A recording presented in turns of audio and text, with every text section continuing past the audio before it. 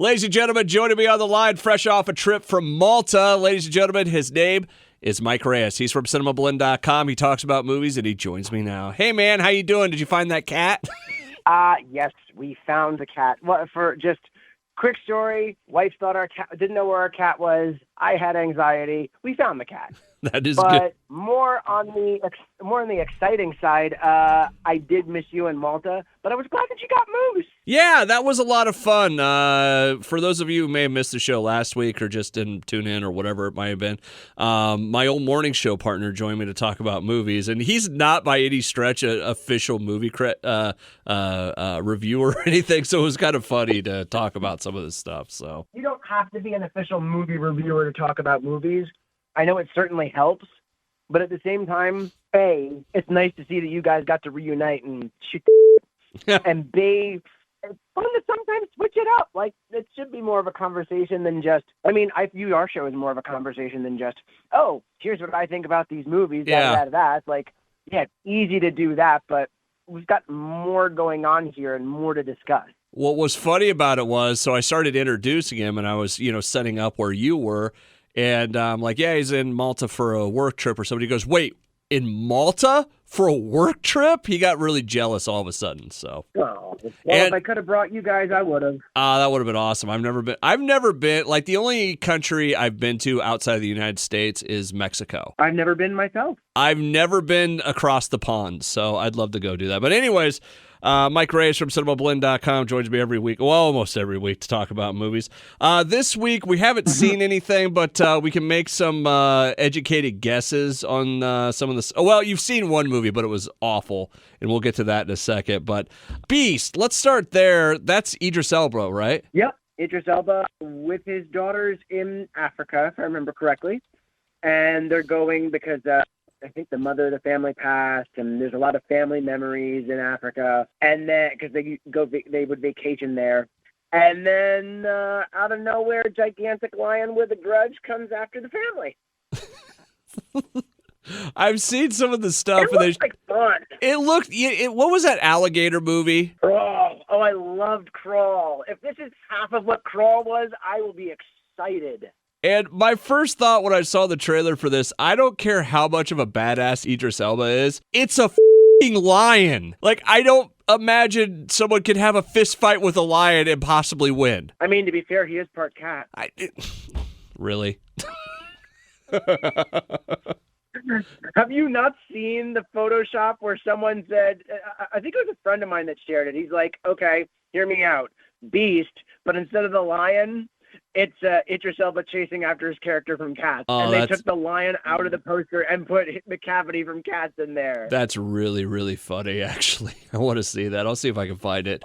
But I think it's one of those movies, like, I think it's going to be like Crawl, where it's going to be, we're spending every waking second trying to get away from this lion, and it just keeps coming at him. It's the lion is rabid or, has a grudge or mutated or some reason. And then they either... That's all I want. It's either they're going to make friends with the lion at the end or they win and they're a closer family, right? Right. I think it's going to be the latter. But, if they do make friends with the lion, I have no problem with that. I love lions. Some of my friends are lions. What if it was like when Willie from The Simpsons, what was he... It was the wolf. He starts wrestling the wolf, and then he feeds it whiskey from his flask. Am I the only one who remembers this, or?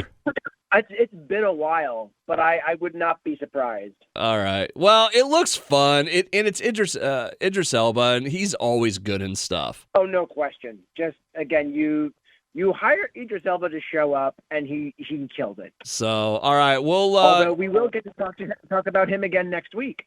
For what? 3,000 Years of Longing. Oh, okay. All right, cool.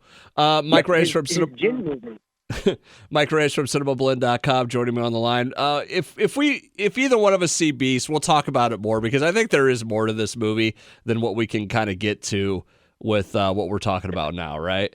From what I have heard, and this is from the same buddy that shared that Photoshop for Beast. Shout out to my good friend Jeff Ewing.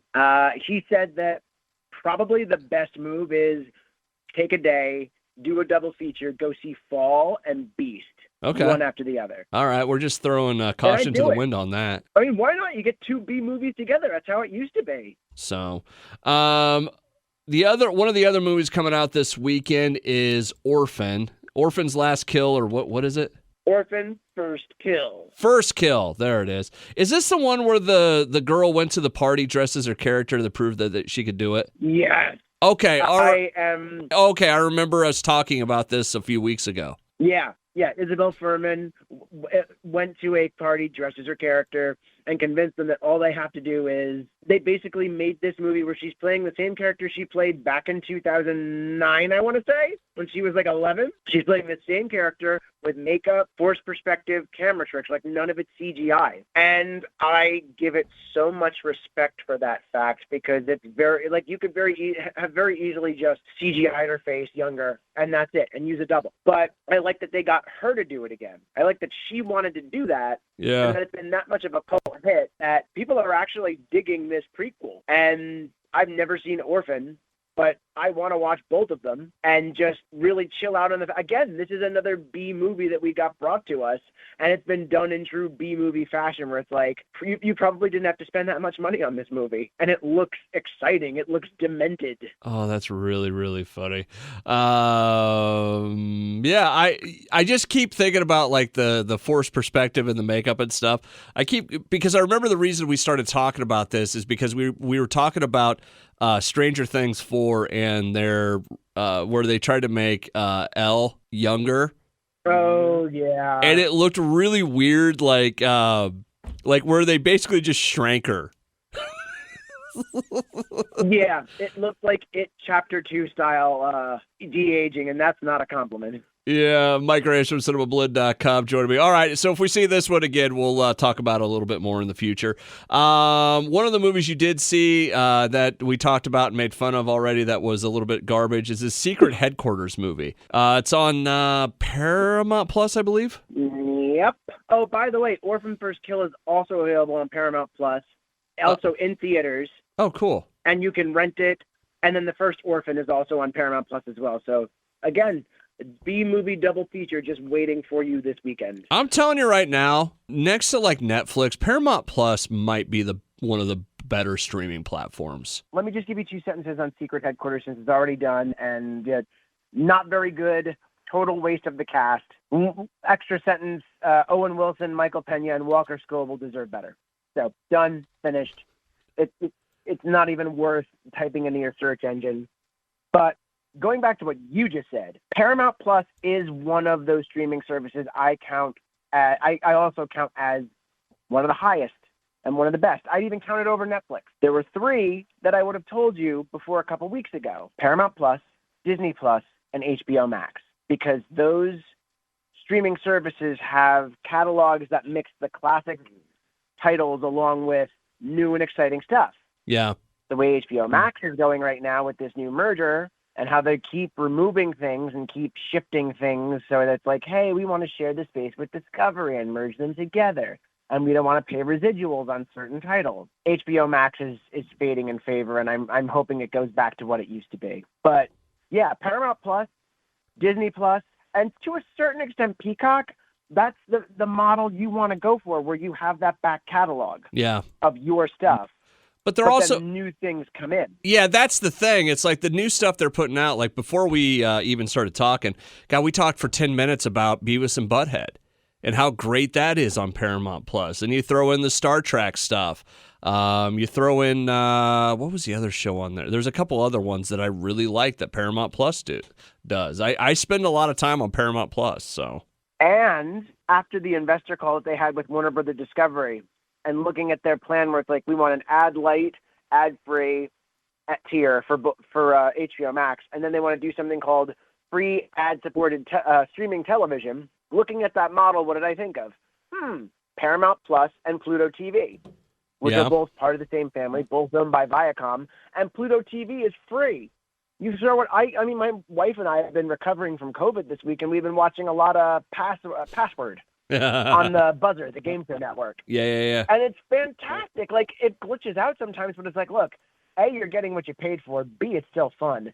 And C, the smartest thing that Paramount Plus has ever done with Pluto was when Picard first came out, they had a channel that was looping the first episode all day.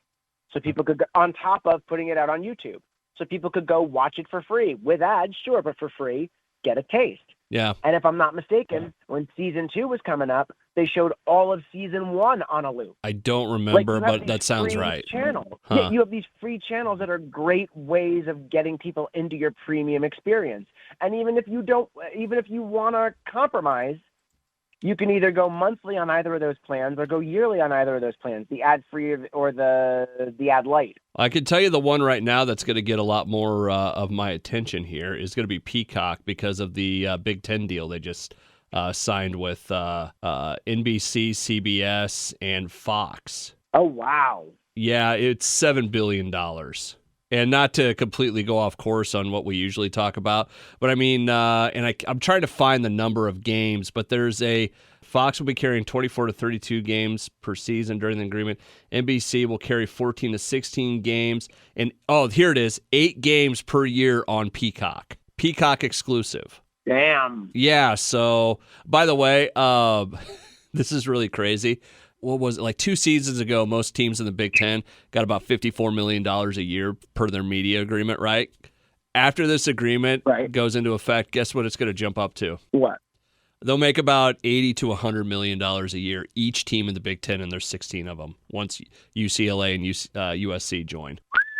Yeah, so the whole streaming thing is, I think what it comes down to, you're still kind of in the phase of learning what works and what doesn't work. And like you said, with back catalogs and stuff, that makes stuff work. But long story short, you better figure your shit out quick because that's where things are going. Oh, exactly. And, just listening to that call, just thinking back to that call, I'm sorry to harp on this, but it was just, they're trying to put the genie back in the bottle when it comes to streaming. Because they even said, we're not going to automatically put our movies on HBO Max after 45 days in theater or after the theatrical window and all this other stuff.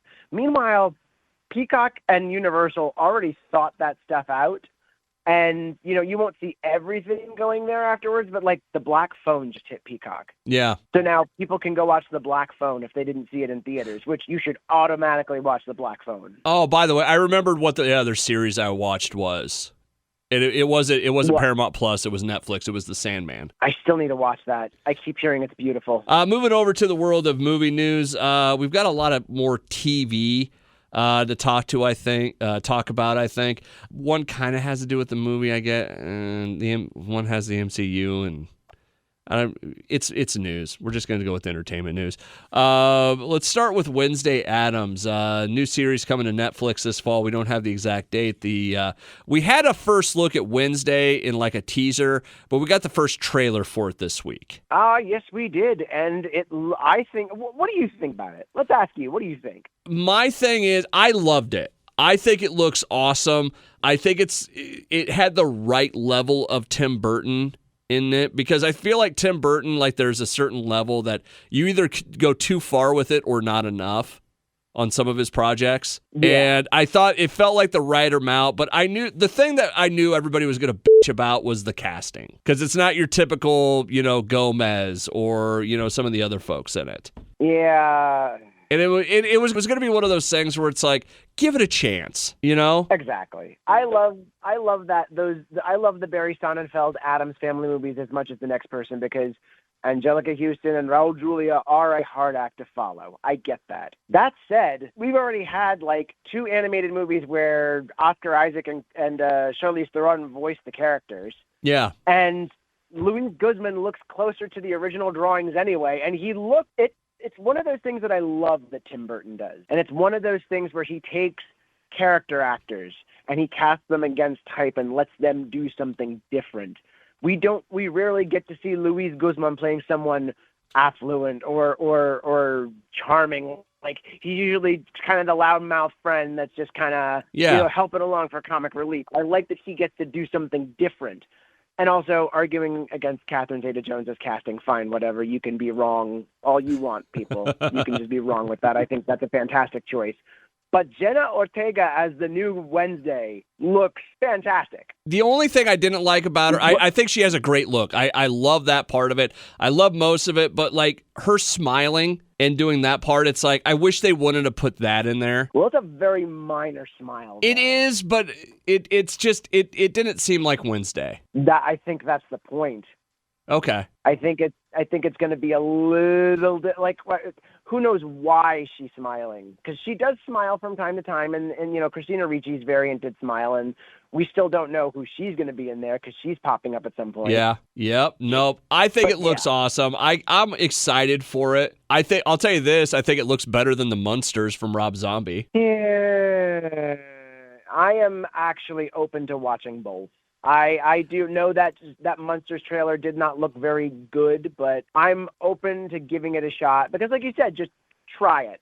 Try watching it. Yeah, but I've got a little bit more faith in Tim Burton making this work than Rob Zombie making the Munsters work. See, I don't blame Rob Zombie for that trailer because he's a Munsters super fan. If anything, I'm starting to wonder if maybe he'd be a little upset at this point because it's starting to look like he really didn't have that big of a you're probably right. Big of a sandbox to play in. Yeah, that man naming a song Dragula alone and then recording a commentary with Butch Patrick for one of the other Munsters movies. Like, the man's proven he's a fan. Yeah, I don't think it's his fault. I think he just got saddled with what may have been a cheaper, more prohibitive budget. And he did what he could. Mike Reyes from Cinemablend.com joining me on the line to talk about, at this point, movie and entertainment news because, I'm excited for this. I think it'll be a lot of fun. While we're on the Netflix thing, the Sandman series is really good. I keep hearing that, and it keeps making me so happy to hear that. I went into it with, this is exactly why I started watching it. I saw it was number one on Netflix, and the morning show side of me was like, oh, it's number one. Lots of people are watching it. I should probably watch it so I know what I'm talking about, right? And I started watching. I didn't know. Yeah. I didn't know it was a comic character. I didn't know it was a DC thing. I just watched it, and I'm like, wow, it's got some interesting names in it. The special effects look great. It's a little goth for me, but overall, I really enjoyed it. I should have known you would say that because it definitely is. It's definitely a goth sort of show, and a goth sort of book, and I think a lot of people didn't realize that. And what's really funny is some of the people saying, "Oh, it's injected with too much wokeness and too much this, that, and the other thing." And it's like, look, if you read the books, and I haven't read the books, but I at least have enough of a passing knowledge of them to know that stuff was baked in from day one. You know what? You say that. I don't remember seeing anything that I went, whoa, that's woke. Yeah, well, because it was probably very subtle about it, and it's not one of those things. Neil Gaiman likes to have a message, but he doesn't hit you over the head with it. Mike Reyes from Cinemablend.com joining me on the line to talk about movies and such. What was there's one I want to get to that you don't really want. Oh, SheHulk. Oh, yeah, that did happen this week. Is that out today? I believe I think it's either the first or the first two episodes. I don't know. I'm looking it up right now. I'm pulling up Disney Plus. What's that? That's already got some people talking. What are they saying? Here's okay. Before I hear what you're saying about it, I want to ask you a question. I want a legitimate, honest answer. Okay. And right now, as of 4:50 on Thursday, 4:50 Central on Thursday, the 18th. Episode 1 is up. Do you care about this show at all? To a degree. Okay. Because I love Tatiana Maslany. I love that they cast Tatiana Maslany as She-Hulk. Okay. Mark Ruffalo is, always someone I can get. There's a lot of people that I like cast in here. It looks interesting. It's just, and you were saying the same thing for your own purposes. I just really haven't found Marvel to be as appointment viewing as it used to be. Yeah. Like, remember when in the beginning when they told us everything was going to be connected? You have to watch WandaVision. You're not going to get Phase 4 without WandaVision. And then WandaVision turned out to be a wet fart. You know what it kind of feels like? And maybe this is... Do you remember when The Voice first came out and it was huge? Yeah, even though I never really watched it. Okay, so it was 2 hours a week. It's like, okay, I could spend 2 hours a week doing this. And then it was like, oh, we're going to do a second night. So there was 3 hours. And then all of a sudden it's like 4. And then it's all of a sudden it's a commitment to watch this show. Marvel seems like a commitment right now. It absolutely does. In fact, I thought I saw it last count. It was 50 hours of Marvel products that are out on the market this year. And it was like, compared to previous years, it was almost double, if not triple, what people were getting. And you thought people were getting burned out then. They're just going to turn against you even more with this. And I forget who it was. It was another critic. In fact, I'm going to look it up very quickly because someone had said something about SheHulk that while SheHulk looks interesting, I feel like this is exactly what Marvel is trying to go for with this. 1 second. You know what, though? You say that in that way where there's a lot of that stuff that seems like a commitment. It's like, okay, I have to watch She-Hulk now. Okay, I have to watch Miss Marvel. Okay, I have to watch this. It's like, I need a break. It's court-appointed feeling. Yeah. That's really funny, actually. That's what I would call them. Okay, time for our legally mandated Marvel movie this week. I have to see it for my career. I have to see it for the talk. Oh, here it is. So, Drew McWeeny, entertainment critic on online, said She-Hulk feels like the first Marvel show explicitly designed to be deconstructed into memes, thirst traps, and meta commentary. And that's kind of what I've seen, and that's kind of what scares me. I'm not going to sit here and say that, and this goes for the last couple series and stuff, I just don't feel like watching it. You know? It's like, hey, do you want to get up and go shovel the driveway again? No, I don't. I just want to sit here. What is different from me shoveling the driveway this time than before? Yeah, what's new? There's a little bit of that. So I don't know. I'll watch it, and like all of these, like I'm gonna go back and rewatch Moon Knight again at some point because I did like parts of it. Again, it's the burnout thing where it's like, okay, I've had enough Marvel. I'm full. I'm full. I'm not drunk. I'm full at this point. Yeah. Mike Reyes from Cinemablend.com joining me on the line. All right, we're gonna wrap up with this one. A new era of Game of Thrones. What? Do you not want to end with Game of Thrones? Is there something else? One last thing I'll mention after Game of Thrones. Okay. Let's just talk Game of Thrones. Okay, we'll talk Game of Thrones to get that out of the way. The new series is coming to HBO this weekend. You're not excited about this at all, right? Cool. A Game of Thrones prequel. Awesome. Another way to f*** it up. Like, there's part of me that... I have a look. The excitement that I have for this comes from Matt Smith being in it. There you go. Yeah, I can see that. The Targaryen part of the story, with all the stuff, like, it was always the least interesting part. I always thought the Starks were more interesting. I always thought the Tyrells and I'm losing the name because I haven't thought about it in a while. Any family other than the dragon one. Yeah, it really was that. It's just like she seemed boring to me, and her brother just was a d***head. You're not very endearing, so let's take the least endearing family. Because even the Lannisters, at some point, you kind of, felt for them a little bit, right? Yeah, especially Tyrion. Yeah, I mean, there was something to endear you to them. But, like, the Targaryens, like, at every move at some point, you're like, I don't like you. I thought I did, but I don't like you. You're not a nice person, and you know what? You're kind of a d***head. Yeah, but if you do that right, that makes for an interesting show. There was the Targaryen, like there just wasn't anything there that I went, oh my God, I wish I knew more about this. It's like when they start talking about Bran the Builder, it's like, okay, the guy who built the wall, that's interesting. Or the Faceless Men, or an interesting one would be the Bank. I'm still curious about there was apparently like a prequel pilot that HBO shelved and like didn't do anything else with. But they spent all the money on it, filmed it, and then no one's seen it.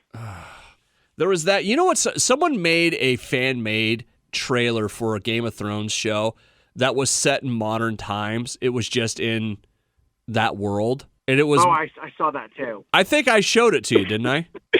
You may have.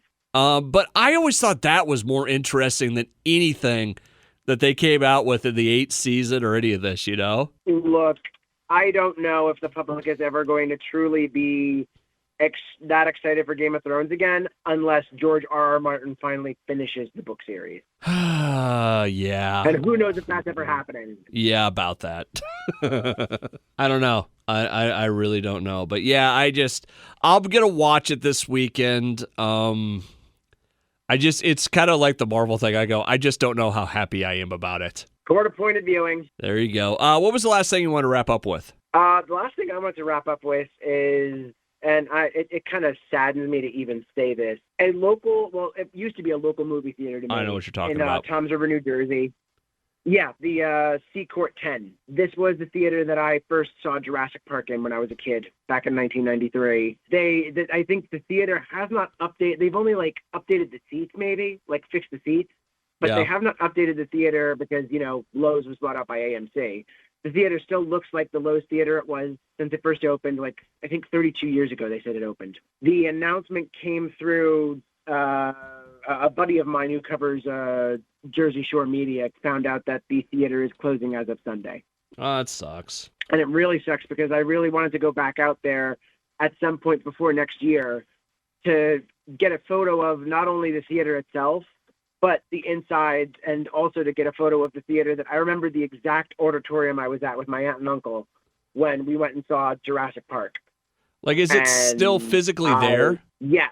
You might be able to call them and ask, hey, is there any way I'm a movie critic, I'd like to come take a picture in your place? Well, the thing is, I don't know if I'm going to have time because they close on Sunday and my weekend's a little slightly packed. Okay. But I really want to try and get out there because, again, this is just...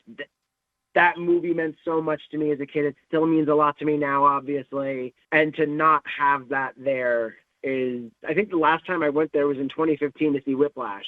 That's another fantastic memory I have, where it's like seeing Whiplash for the first time in that theater and just being blown away. I know exactly what you're talking about because there's a couple places that theaters that there used to be here in the Des Moines metro and surrounding areas that I would love to go see a movie in again. And now one's like a thrift store. I understand that movie theaters aren't like a vital public utility, like you don't need it like air or electricity to live. Yeah. But at the same time, it's such a cultural experience, and to have less access to a movie theater is upsetting because, yeah, there's still other theaters in that area and some that are more modernized, but that was it's great to have little hubs like that in between. Yeah. You don't have to drive half an hour or maybe 40 minutes away for the closest theater. That sucks. Yeah, mine were the Century 6, like I told you, and then there was one in Ankeny called the Paramount 5. And those are two of the movie theaters that, as a kid, I would love to go see those again. Yeah, for me it would be the Brick 10, which was another Lowe's. They used to have a Brick 10 and a Brick 5. And the Brick 5 became an IHOP and a bank and I think a leasing agent, a realtor's agent. And then the Brick 10 became a Harbor Freight. Really? Yeah. You know what the Paramount 5 became? What? A Christian Academy. Oh wow. Well, I think we went down the memories tunnel enough here, didn't we? Yeah. Now everybody's sad. Yeah, we did. It's not like people would have been much happier if we ended on Game of Thrones. That's not exactly daisies and sunshine. Yeah. It's just, I hope they don't, in the Game of Thrones thing, going back to that real quick, I hope they don't play a game of can you top this? Because it was always what's the worst possible thing that could happen? Oh, this. Oh, we're going to do this instead, and it's even worse. So, whatever. Well, I've just heard that they have toned down some of the stuff that people had problems with Game of Thrones, including the rape scenes. Okay. All right, well, we'll see what happens with it. All right, that's going to do it for us. Mike Reyes from Cinemablend.com joins me every week on the show to talk about movies. Mike, we'll leave it there for the week, okay? Yeah, we will. Be positive, people. Go watch Beavis and Butthead. There you go.